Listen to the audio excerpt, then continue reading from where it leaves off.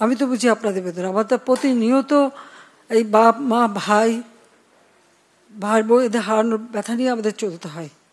এমনকি লাশটাও তো দেখতে পারিনি, কাফন দাফনটাও তো করতে পারিনি, দেশেও ফিরতে পারিনি। 6 বছর আসতে দেয়নি আমাকে। তবে যখন আসছি সারা বাংলাদেশ ঘুরছি, চেয়েছি এই দেশের মানুষের জন্য একটু, কারণ আমার বাবা বলতেন দুঃখী মানুষের মুখে হাসি ফোটাও। আমি সেই চেষ্টাই করে যাচ্ছিলাম। কিন্তু এই যে বারবার যে এই ধরনের ঘটনা ঘটাবে, এই সন্ত্রাসী ঘটনা ঘটাবে, এটা তো কাম্য না। আর মানুষ কি দোষ করলো যেভাবে মানুষ খুন করতে হবে? মানুষ খুন করে সরকার পতন, এটা কবে হয়, কখন হয়? সাধারণ মানুষ কি দোষ করেছে? আমি আসলে আপনাদেরকে আমি কি বলে সান্ত্বনা দেব?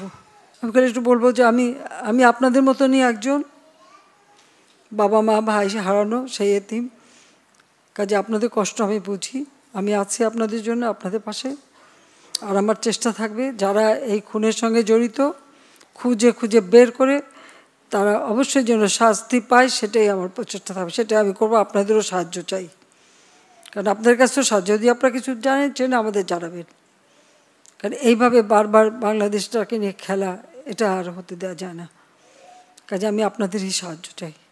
আর এটুকু মনে করবেন যে আপনারা আপনজন হারিয়েছে, আপনারা একটা শোক সইতে পারেন না। আর আমি কী শোক সই নিয়ে দিন রাত পরিশ্রম করে যাচ্ছি, শুধু কেন এই দেশের মানুষের জন্য।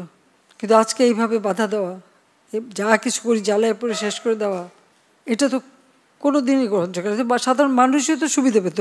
এই মেট্রো রেলে কারা চলতে, এক্সপ্রেস ওয়েতে কারা চলে?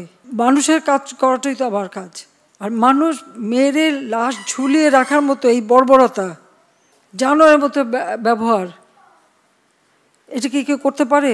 এটা কি কোনো একজন মুসলমানের লাশ ঝুলায় রাখবে পা বেঁধে? যারা এগুলির সাথে জড়িত অবশ্যই তাদের বিচার হবে, তাদের বিচার করতে হবে, নইলে মানুষের নিরাপত্তা দেওয়া যাবে না। আপনাদের কাছে শুধু এটুকু বলবো যে আপনারা সবর করেন আর আল্লাহকে ডাকেন যেন এই সমস্ত খুনি জালেম এদের হাত থেকে আমাদের দেশটা যেন রেহাই পায়। শুধু আমি এইটুকু বলতে পারি যে আমি আপনাদের সাথে আছি, পাশে আছি। আজকে যদি ভালো সময় হতো কত হাসি খুশি করে সবাই যেতে পারতেন। আর এখন আমারও আপনাদের চোখের পানি দেখতে হচ্ছে, এটাই সবচেয়ে কষ্ট। স্বজন ব্যথা ভোলান না, সেটা আমি জানি। তারপরেও আল্লাহ আপনাদের সব দিক, সেটা আমি চাই।